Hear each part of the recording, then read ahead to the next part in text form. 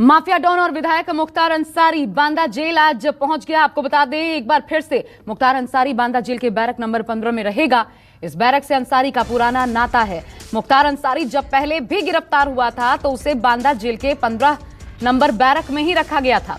मुख्तार के बांदा जेल पहुंचने से पहले यहां एक ड्रोन कैमरा, 5 बॉडी वॉर्न कैमरे और साथ ही 30 अतिरिक्त सुरक्षा कर्मी भी तैनात किए गए हैं। इतना ही नहीं, अंसारी के जेल में पहुंचने से पहले सुरक्षा घेरा तैयार किया गया था। मुख्तार के आसपास जाने वाला हर जेल कर्मी बॉडी वॉर्न कैमरे से लैस होगा। वो कैमरा जो कि शरीर में कपड़ों से लगा हुआ होगा, ऐसा बॉडी वॉर्न कैमरा जिसको अपने शरीर में लगाना होगा ताकि उसके और मुख्तार के बीच हुई बातचीत और व्यवहार की रिकॉर्डिंग की जा सके, ताकि कहीं कोई चूक ना हो, कोई मौका ना मिल पाए किसी भी प्रकार के सांठ-गांठ का। जेल की निगरानी के लिए एक ड्रोन कैमरा भी लखनऊ से भेजा गया है। वहीं मुख्तार अंसारी की बैरक और आसपास के इलाके को सीसीटीवी कैमरों से लैस किया गया है। 15 नंबर बैरक महत्वपूर्ण इसलिए क्योंकि ये जो बैरक है इसमें पहले भी मुख्तार अंसारी रह चुका है। तन्हाई बैरक यानी अकेला रहेगा इसमें मुख्तार अंसारी, और सामान्य कैदियों की तरह पहले जो रुआब देखने को मिलता था इसी बैरक में रहते हुए मुख्तार अंसारी का, वो रुआब इस बार गायब रहेगा। नदारद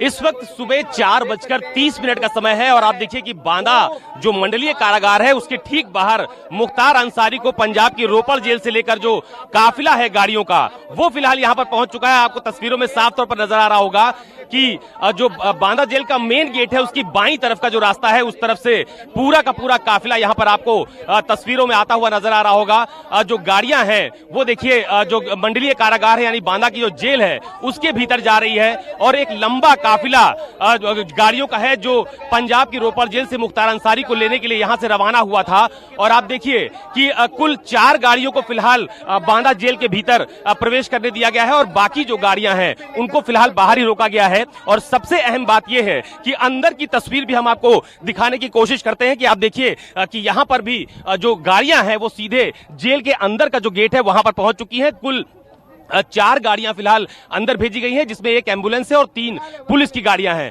सबसे अहम बात यह है कि जो एम्बुलेंस है उसी में फिलहाल मुख्तार अंसारी को यहां पर लाया गया है। बाकी जो गाड़ियां हैं वो मेन गेट तक पहुंची हैं और उसके बाद जो जेल में एंटर होने का जो प्रोसेस होता है यानी कि जब किसी कैदी को जेल के भीतर लाया जाता है तो एक तमाम औपचारिकताएं होती हैं, उनको यहां पर पूरा किया जाएगा। और उसके बाद ये बताया जा रहा है कि जिस बैरक को तैयार किया गया है जहां पर मुख्तार अंसारी को रखा जाना है वहां पर उनको ले जाया जाएगा। तो पूरी रात इस बांदा जेल के बाहर बहुत ज्यादा हलचल देखने को मिली है और सबसे अहम बात यह भी है कि पूरी के पूरा प्रशासनिक अमला बांदा का वो इसी जेल के बाहर देखा गया है। बड़ी संख्या में यहां पर सुरक्षा कर्मी तैनात किए गए थे जो पूरी रात जेल के बाहर और अंदर दोनों तरफ सुरक्षा के लिहाज से तैनात रहे। तो आप देखिए कि ये जेल के ठीक अंदर की तस्वीर मैं आपको दिखा रहा हूं। जो मुख्य द्वार है जहां से कैदी को एंटर कराया जाता है उसकी तस्वीर आपको साफ तौर पर नजर आ रही होगी और वहां पर भी देखिए कि भारी भरकम सुरक्षा घेरा वहां पर बनाया गया है जब मुख्तार अंसारी को फिलहाल इसी गेट से जेल के भीतर भेज जाएगा।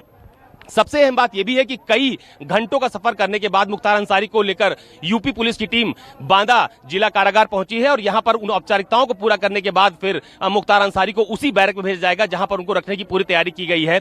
दावा यह किया जा रहा है, जो जेल विभाग के सोर्सेज है उनकी तरफ से कहा जा रहा है कि बैरक नंबर 15 है जहां पर मुख्तार अंसारी को बांदा के जिला कारागार के भीतर रखा जाएगा। और सबसे अहम बात यह भी है कि आप देखिए कि जब से यूपी पुलिस की टीम बांदा से मुख्तार अंसारी को लेने के लिए रवाना हुई थी तब से लेकर अब तक लगातार चाहे बांदा प्रशासन हो या फिर उत्तर प्रदेश की वो अलग अलग जनपद जो रूट प्लान किया गया था जहां से मुख्तार अंसारी को पंजाब की रोपड़ जेल से लेकर बांदा आना था, उस पूरे इलाके को अलर्ट किया गया था। जहां जहां से मुख्तार अंसारी का काफिला बांदा के लिए रवाना हुआ वहां पर जो पुलिस के अधिकारी थे वो पूरी तरह से अलर्ट मोड पर नजर आए थे।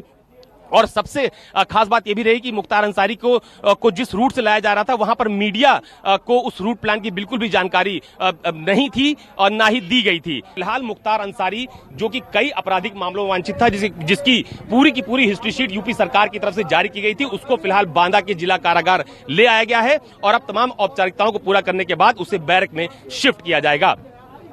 कैमरा पर्सन सचिन सैनी के साथ अशोक तिवारी, बांदा, न्यूज़ 24। अशोक तिवारी मेरे साथ इस वक्त जुड़ भी गए हैं, सीधा उनका रुख कर लेते हैं। लेकिन अशोक, बड़ी बात ये, क्या यूपी पुलिस के लिए असल चुनौती अब शुरू हो रही है? क्योंकि परिवार ने भी यही कहा कि यूपी में डर है मुख्तार अंसारी की जान को। दूसरा, इतना भारी भरकम खर्चा जो लगातार जब जब पेशी पर जाएगा शायद उस दौरान यूपी पुलिस को करना पड़े। इधर भाई आरोप ये लगा रहे हैं कि यहां पर इस जेल में रह चुके हैं, पहले उनको जहर देकर मारने की कोशिश की गई थी।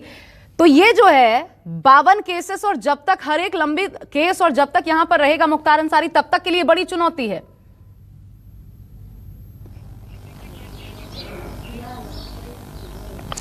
देखिए, निश्चित तौर पर बांदा जेल में मुख्तार अंसारी को शिफ्ट करना ही शुरुआती दौर में एक बड़ी चुनौती मानी जा रही थी, क्योंकि सिक्योरिटी को लेकर न सिर्फ परिवार वाले बल्कि आपको याद होगा तमाम सारी पॉलिटिकल पार्टीज ने भी सवाल खड़े किए थे। तो अभी थोड़ी देर पहले जो यूपी के डीजी जेल आनंद कुमार हैं, उनकी तरफ से मुख्तार अंसारी प्रकरण को लेकर विस्तृत रिपोर्ट जारी की गई है, जिसमें यह कहा गया है कि मुख्तार अंसारी को जिस बैरक में रखा गया है उस बैरक में सीसीटीवी कैमरे लगाए गए हैं, यानी सिक्योरिटी का कोई सवाल खड़ा नहीं होता है। 24 घंटे मुख्तार अंसारी जिस बैरक में रहेगा वो सीसीटीवी कैमरे की निगरानी में होगा। इसके अलावा पहले से ही एक जेलर, 2 डिप्टी जेलर यहां पर तैनात है, लेकिन 2 नए डिप्टी जेलर की तैनाती बांदा की जेल में की गई है, वो भी सिक्योरिटी के लिहाज से की गई है। बाकी जेल का जो स्टाफ है वो पहले से पर्याप्त संख्या में है, लिहाजा उसमें कोई इजाफा नहीं किया गया है। बांदा जेल का प्रभारी एक मजिस्ट्रेट को बनाया गया है, जिसकी निगरानी लगातार वो करते रहेंगे। यानी सिक्योरिटी की बात जो लगातार चाहे परिवार वाले हो या दूसरे लोग हो जो उठा रहे थे, उनको एक तरह से समझाने की कोशिश की गई है कि सरकार या जेल प्रशासन पूरी तरह से सिक्योरिटी को लेकर अलर्ट है।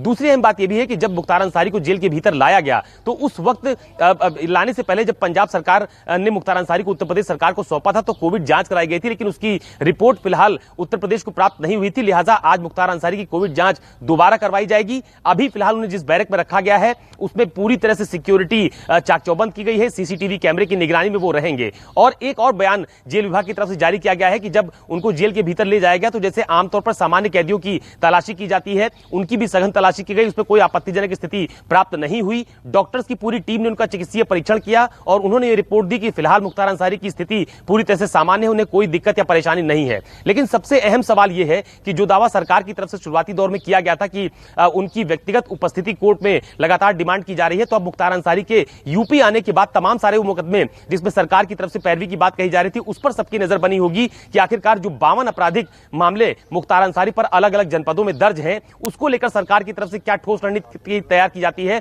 किन किन मुकदमों में वो मुख्तार अंसारी पर जो आरोप है उनको साबित करने में कामयाब हो पाते हैं, या फिर जो कोर्ट की जिरह है उस पर सबकी नजर बनी रहेगी। तो कुल मिलाकर जो पहला टास्क था वो उत्तर प्रदेश सरकार की तरफ से पूरा किया गया है। पंजाब सरकार के सौंपने के बाद फिलहाल मुख्तार अंसारी को बांदा की जेल में फिलहाल ट्रांसफर करके शिफ्ट किया गया है। ठीक है, ये तमाम तैयारियां और सुरक्षा के लिहाज से बेहद सख्ती नजर आ रही है। लेकिन बैरक नंबर 15 यहां पर रखने का अशोक कोई खास कारण है क्या?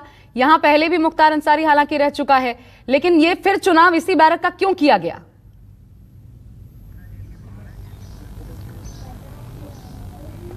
देखिए, अभी जो डीजी जेल की तरफ से विस्तृत बयान जारी किया गया है उसमें थोड़ा सा बदलाव बैरक को लेकर भी किया गया है। पहले बैरक नंबर 15 में मुख्तार अंसारी को शिफ्ट करने की बात कही जा रही थी, लेकिन अभी थोड़ी देर पहले जो बयान, लिखित बयान जेल प्रशासन की तरफ से जारी हुआ है उसमें कहा गया है कि मुख्तार अंसारी को अब 15 नंबर बैरक में नहीं बल्कि 16 नंबर की बैरक में शिफ्ट किया गया है और उस पूरी बैरक को सीसीटीवी कैमरे से लैस किया गया है। हालांकि शुरुआती दौर में जो जेल पूरा परिसर है उसमें बाहरी गेट के मुख्य द्वार पर सीसीटीवी कैमरा नहीं लगा हुआ था, लेकिन कल देर रात जब हम लोग जेल के बाहर मौजूद थे तो उस वक्त तुरंत वहां पर सीसीटीवी कैमरा लगाया गया और अभी जेल विभाग की तरफ से बताया जा रहा है कि पूरा का पूरा जो जेल परिसर है उसे सीसीटीवी कैमरे से आच्छादित कर दिया गया, यानी कि हर एक गतिविधि पर नजर रखी जाएगी। और सबसे अहम बात यह है कि इसकी मॉनिटरिंग लखनऊ डीजी जेल के माध्यम से खुद की जाएगी। तो कुल मिलाकर जो सबसे बड़ा सवाल खड़ा किया जा रहा था सुरक्षा को लेकर कि मुख्तार अंसारी की जान को खतरा है, उनके साथ कोई अनहोनी घटना हो सकती है, फिलहाल ये सरकार की तरफ से जो बयान जारी किया गया है ये उसका एक जवाबी, आप कह सकते हैं जवाब है कि सिक्योरिटी को लेकर कोई भी आरोप लगाना पूरी तरह से निराधार है। लेकिन जो बात मैंने पहले कही तमाम जानकारी विस्तार से देने के लिए, तो गुनाहों का हिसाब अब कच्चा चिट्ठा कब खुलेगा इसी का इंतजार है। इधर मुंबई से बड़ी खबर आपको बता दें, मुंबई के पूर्व पुलिस कमिश्नर परमवीर सिंह से एनआईए की पूछताछ जारी है। परमवीर सिंह सुबह 9:30 बजे ही एनआईए के दफ्तर इसके लिए पहुंच गए थे। एनआईए एंटीलिया और मनसुख मर्डर केस की जांच कर रही है। माना जा रहा है कि जांच एजेंसी इन्हें केसेस के बारे में परमवीर सिंह से पूछताछ कर रही है। 9 बजे करीब परमवीर सिंह एनआईए के दफ्तर पर पहुंच गए, वहीं पर इनसे ये पूछताछ चल रही है और बहुत महत्वपूर्ण इसलिए भी क्योंकि इसके बाद हो सकता है सीबीआई भी पूछताछ करे, क्योंकि सीबीआई अनिल देशमुख मामले की जांच अपने हाथ में ले चुकी है। तो जैसे जैसे इस मामले में तमाम खबरें सामने आई हैं, एक के बाद एक खुलासे हुए हैं, उसके बाद इन तमाम तारों को जोड़ने का काम इस पूछताछ के जरिए एनआईए करेगी। सबसे महत्वपूर्ण मनसुख हिरेन हत्याकांड, एंटीलिया केस के साथ साथ उस पर भी एनआईए की जांच केंद्रित रहने वाली है और यही सवाल जवाब होने वाले हैं परमवीर सिंह से। आप देख सकते हैं दीपक दुबे मेरे साथ जुड़ गए हैं, मेरे सहयोगी, सीधा उनका रुख कर लेते हैं। दीपक, किन पॉइंटर्स पर पूछताछ परमवीर सिंह से हो सकती है आज एनआईए की जांच में?